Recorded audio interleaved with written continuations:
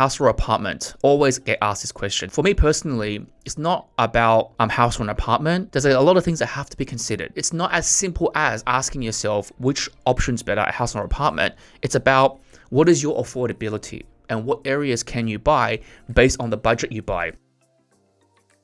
If you're just talking about house or apartment, right? First of all, my question to you would be, are we comparing the same suburb? Because if we're comparing the exact same suburb, then the house is always going to win out. The reality of the situation is that that's not how we look at it when we come to investment, because typically what happens is you have to go with something that fits into your budget. Let's say you have a budget of say $700,000. Well, for an amount of $700,000, that could get you a house further away from a capital city, or it could get you an apartment that's very close to a capital city. And so as soon as you're comparing house and apartment that are not in the same suburbs anymore, that's where the comparisons kind of fly out the window. When you're buying an apartment that's closer to, for example, the water or closer to the CBD, people are paying those premiums not because of the fact that it's an apartment. They're paying those premiums because of the location and the area that you're in and the convenience of the location. You could pay the same price and buy a bigger property with land and a house, but you're sacrificing on the convenience because they're typically in further out locations where you have to,